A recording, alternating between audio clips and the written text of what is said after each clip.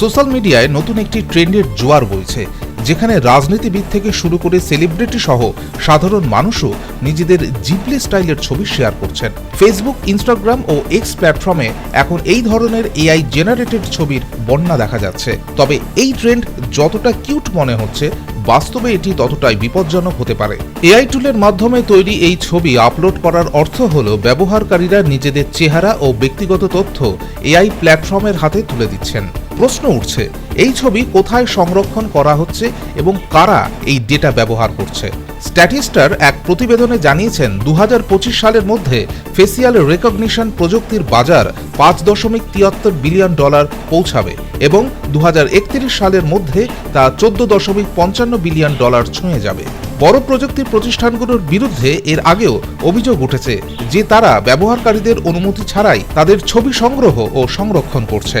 এছাড়াও পিম আইসের মতন ওয়েবসাইটের মাধ্যমে মাত্র একটি ছবি আপলোড করলেই তারও ডিজিটাল ফুটপ্রিন্ট বের করা সম্ভব। বিশেষজ্ঞরা বলছেন, এআই জেনারেটেড ছবি ব্যবহারের মাধ্যমে স্টকিং, ব্ল্যাকমেলিং এবং সাইবার অপরাধের ঘটনাও আরও বাড়তে পারে। পরিচয় চুরি, তথ্য ফাঁস এবং সাইবার জালিয়াতি রোধে সাধারণ ব্যবহারকারীদের সচেতন হওয়া জরুরি। তারা 4টি সতর্কতা মেনে চলার পরামর্শ দিচ্ছেন। 1.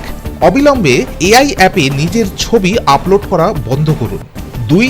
সোশ্যাল মিডিয়ায় উচ্চ রেজলিউশনের ছবি আপলোড করা থেকে বিরত থাকুন।